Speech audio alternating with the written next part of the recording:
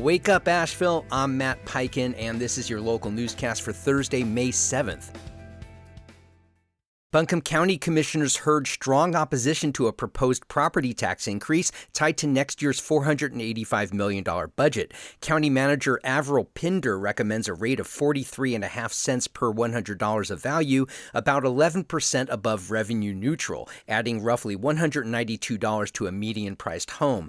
The plan funds 32 new positions, more money for K-12 schools, employee raises, and housing grants. A separate unified fire tax would also rise. Residents and business leaders warned of affordability pressures. Commissioners are set to vote June 2nd. Read more at Blue Ridge Public Radio.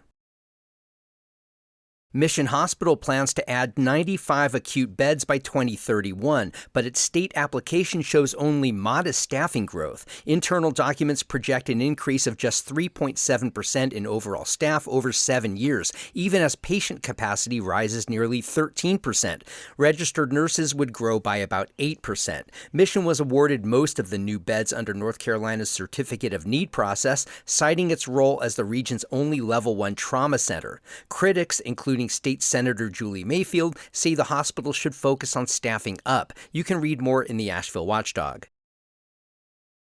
There's now a clearer path into public housing in Asheville for people leaving homelessness or domestic violence. The Housing Authority has reinstated admissions preferences that can fast-track those applications as long as they're referred through the area's coordinated entry system. Referrals began in late April through local partners, including Helpmate and Homeward Bound. Wait times can stretch years without preferences, and officials say the change will prioritize those with the greatest need. The authority is also rolling out work requirements and addressing a budget shortfall. Read more in the Citizen Times.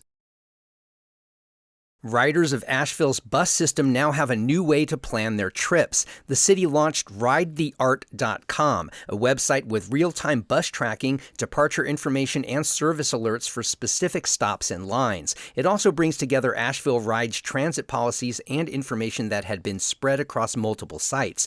Transit Division Manager Chris Whitlock says the site will make planning trips easier, designed after feedback from passengers. The launch comes as City Council approved a 4-year, nearly $55 million contract. The launch comes as City Council approved a 4-year, nearly $55 million contract with operator RATP Dev. Staff are preparing a route overhaul plan this summer. You can read more at Blue Ridge Public Radio.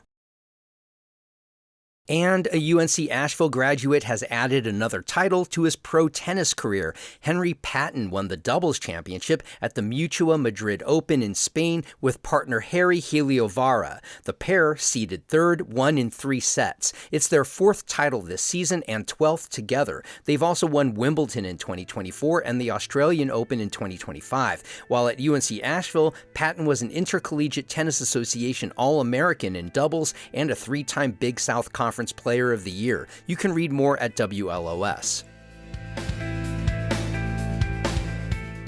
Our free newsletter is a quick local news digest, essentially this newscast in written form. Subscribe at wakeupavl.transistor.fm. You can also find us on Facebook and Instagram at wakeupavl. And please share this podcast with your Asheville friends. I'm Matt Peiken. Thanks so much for starting your weekdays with Wake Up Asheville.